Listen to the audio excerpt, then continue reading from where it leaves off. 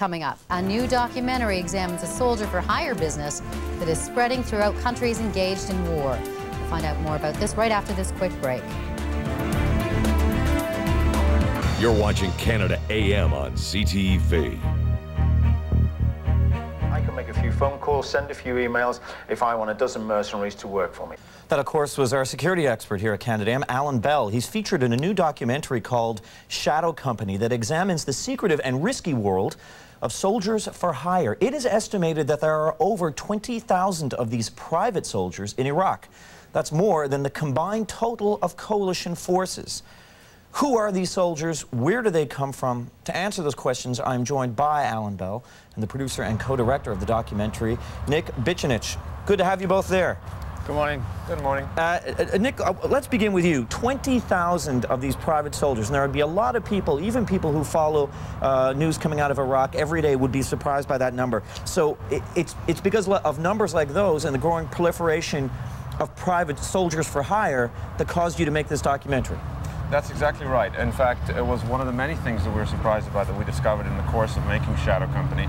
Not just that there was 20,000 of these guys out there, but also I was fascinated by what these guys do and why they do it. You know, what motivates people to put their lives in harm's way in working in the private sector. So this was one of the many things we set out to discover. These rules of war have changed, and we were fascinated to discover this and wanted to communicate this to everybody else. Who do they work for?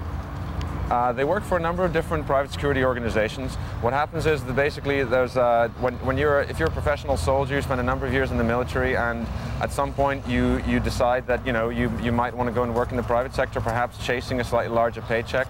But fundamentally, they work for a number of different organizations in a conflict area. You know, when you were doing work in Iraq, if you were part of the reconstruction program, if you've got to move food from point A to point B, or you've got to move workers from point A to point B, you're talking about operating in a war zone. You need to provide a fairly large level of security. About 15 to 20% of all reconstruction budgets are spent on security in a place like Iraq. Incredible. So this isn't just the U.S. government, it's private firms, maybe non-governmental organizations, as well as private corporations. That's right. Gotcha.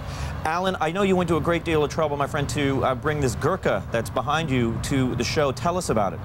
Well, the vehicle you see behind me, a lot of the vehicles in Iraq in particular are being attacked by IEDs, by improvised explosive devices and suicide bombers. This vehicle was designed and built by an Ontario-based company called Armet that actually put double layers of composite materials together and in themselves give more protection from an IED being from the side. And this is one of the main problems that we have.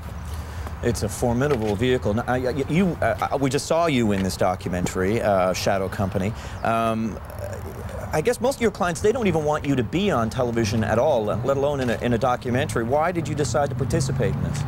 Well, it was a story that needed to be told. People have different ideas and different opinions of private military companies, and what I wanted to do is to sort of participate in something that educated people as to who these guys are. They're not Rambos, they're not mercenaries. They are actual business people who actually carry out these types of security responsibilities in hostile environments. But what motivates them, Alan? I mean, you know, as you say, these are people with children, with mortgages, and yet they go out and they do this line of work. What motivates them to do it? Well, they were doing a similar type of work in the military for a third of the salary. So consequently, they can now come out of the military with all their skills, particularly people who have been in special forces, and can now earn a significant salary while assuming the same risks. Nick, in making this documentary, what surprised you the most? What surprised me the most in making Shadow Company was that a lot of these guys are not bound by local laws when they're operating in Iraq. I just found this fascinating. I think a lot of people don't know this. The fact is that, you know, this means that while security contractors operating in Iraq could, you know, bump into civilian cars, bump them off the road, and they wouldn't be prosecuted for it, that doesn't often happen. But the fact that it could happen, and the fact that the local laws in Iraq do not apply to these individuals, I found a very scary fact. I thought it was vital to discover more information about this because of that. Yeah, agreed. I mean, Alan, you know, you give security advice to VIPs living in some of the most dangerous places in the world. But when you look at the number of them, a number of these you know, private military contractors or workers who are in Iraq and places like this, I guess it's who's policing them? I mean, who's looking after this? Who's making sure that nothing happens that's out of line? Well, it really depends on the companies themselves, and I'd like to make one thing clear. we were around long before Iraq and Afghanistan. I mean, we were doing this type of work all over the world way before Afghanistan and Iraq. And consequently, this is nothing new. It's because of what's going on in Iraq, this has come to the fore more. But private military companies, contractors, etc., have been operating in Africa, Central and South America for the last 25 years. And as I said, it's Iraq that's brought it to the attention of the world's media. Well, it is a fascinating subject, Alan. Good to see you in this light as well. And it's a fascinating documentary. People can go to www.shadowcompanythemovie.com and learn more there. Thank you very much, gentlemen, and thank you for taking the trouble to bring in the Gurkha there. Thank you very much. Thank you very much. And you can see this film at Hot Dogs tonight at 8:30 p.m. at the Bloor Cinema. There you go. Thank you very much.